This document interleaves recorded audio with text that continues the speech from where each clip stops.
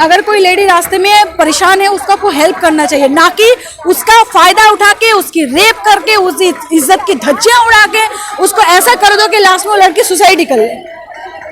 तो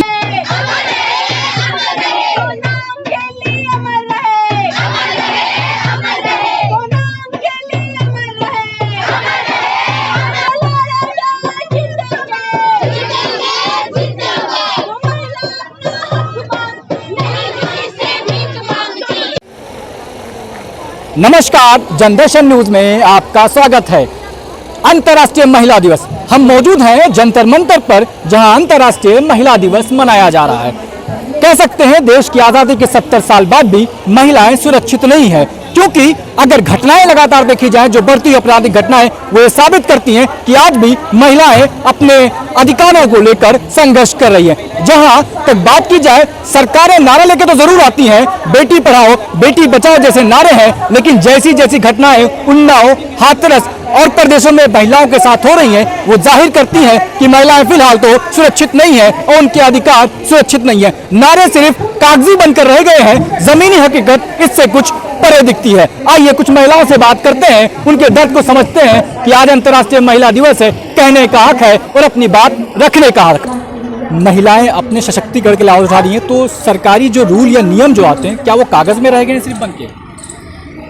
लगता तो यही है सर कि कागज में रह गई है। आप बताओ ना, एक रिसेंट घटना जो अभी अभी है कि आपने मतलब कल्प्रिट को छोड़ क्या दिया, उन्होंने विक्टिम के फादर को ही जाके मार दिया। तो आपको लगता है आपके पास सिक्योरिटी है? आपको लगता है? नहीं। आप अगर हर साल की सर्वे निकालोगे सर, तो हर साल सर कुछ नहीं तो 1 लाख से ज़्यादा लड़कियां रेप के शिकार होती हैं, जिसमें से 70% दर्ज होती हैं, 30% दर्ज नहीं होती हैं। 30% क्यों दर्ज नहीं होती है? डर के मारे कि समाज क्या बोलेगी। अगर पता चला तो शादी नहीं होगी, अगर शादी हो गई तो बच्चे नहीं होंगे, अगर ये प्रॉब्लम होगी तो पति छोड़ देगा, आप ऑफिस में काम नहीं कर सकते हो, क्यों? आपके कलीग्स ऐसे मोलेस्ट करते हैं आपको।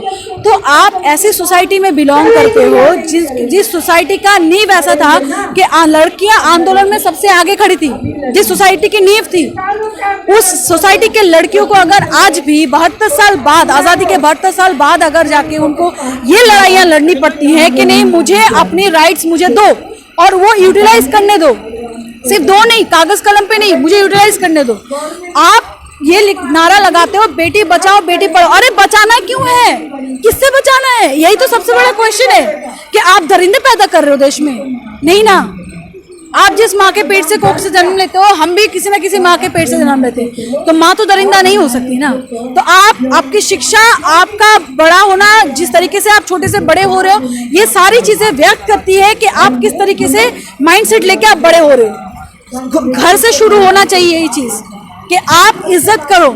अगर वो औरत है, वो बुजुर्ग है, वो छोटी बच्ची है, 7 महीने सर, 7 महीने के बच्ची तक को रेप हो जाता है, तो आप उस कंट्री में क्या एक्सपेक्ट करते हो? क्या कि आपको बहुत माला पुरस्कार देके आपको, मतलब आप लड़की पैदा हुई हो इसलिए आपको बहुत ये दिया जाएगा, अवार्ड दिया जाएगा? नहीं, कुछ नहीं।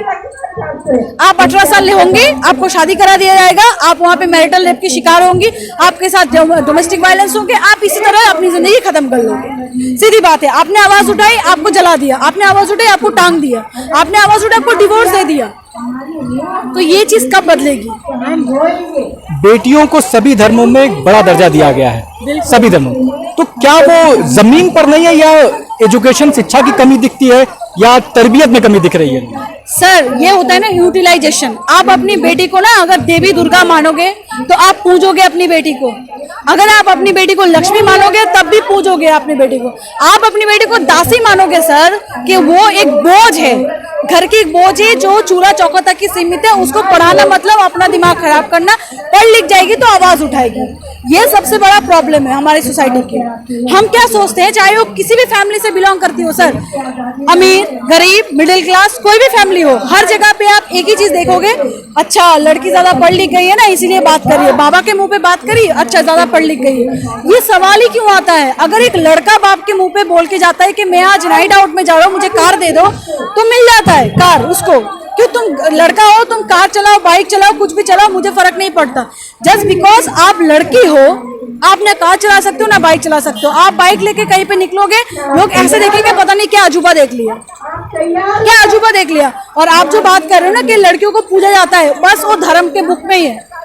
चाहे आप गीता उठा लो, कुरान उठा लो, बाइबल उठा लो, हर जगह मदर मदर मदर। आप लक्ष्मी हो, आप ये हो, आप तो माँ अमीना हो, बेगम हो, पता नहीं क्या क्या हो, ठीक है, वो सब बुक में ही है। वो सुनने में अच्छी लगती है सर, इम्प्लीमेंटेशन कहीं नहीं होती है।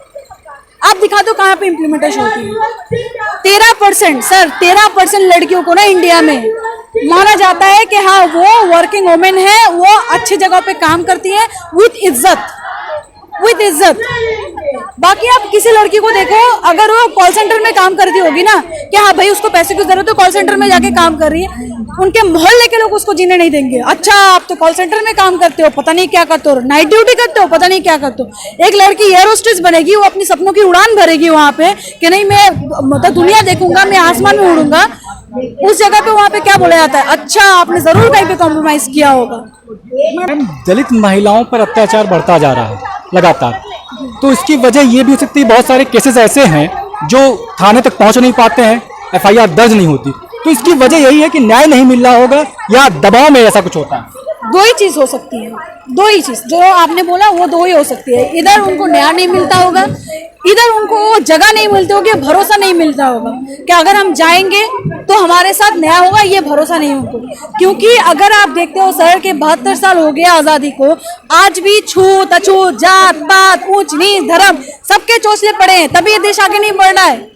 बस नाम के बाद टैग लगा देने से ना आगे नहीं बढ़ता है देश, प्रॉपरली बढ़ाना होता है।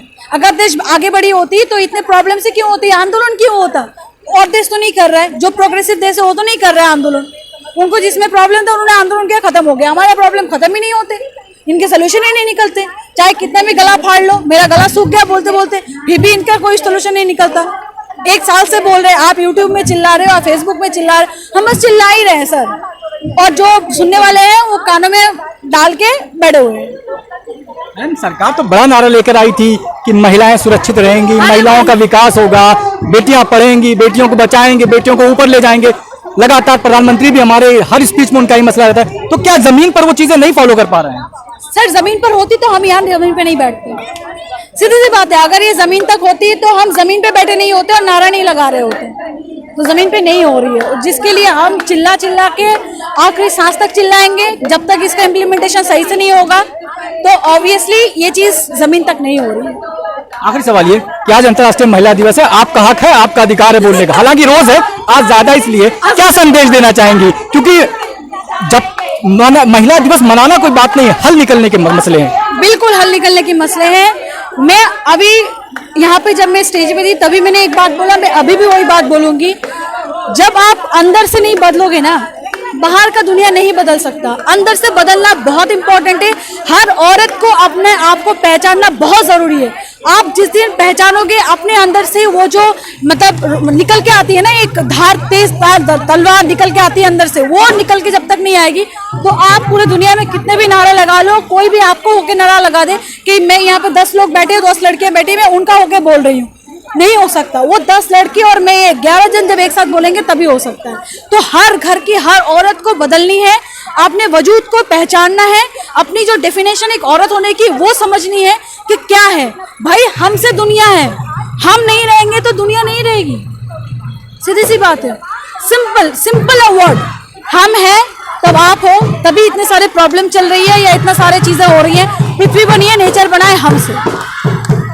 तो ये कह सकते हैं सुमैया परवीन जी का वो दर्द कह सकते हैं कि किसी भी देश को बदलने में, किसी की जनरेशन को बदलने में महिलाओं का बहुत बड़ा योगदान है, क्योंकि मुआशरे को महिलाएं ही बदल सकती हैं। क्योंकि जब बच्चा पैदा होता है तो शिक्षा जो लेता है वो महिलाओं से ही लेता है, और माएं शिक्षित होंगी तो वही शिक्षा देंगी, तभी इस समाज को हम बदल सकते हैं। देखना ये है कि देश को आजादी को 72 साल हो चुके हैं, लेकिन महिलाएं भी अभी भी अगर अपने अधिकारों के लिए संघर्ष कर रही हैं तो ये सोचने का विषय है। सरकार कब इनकी बातों को समझेगी, कब इनके दर्द को पहचानेगी, ये तो आने वाला समय बताएगा, लेकिन फिलहाल संघर्ष लगातार जारी है। मैं अशरफ सैयद, जनदर्शन न्यूज, नई दिल्ली से। आपको मेरे मामू का चैनल अच्छा लगा, उसको लाइक कीजिए, शेयर कीजिए, सब्सक्राइब कीजिए। I love you.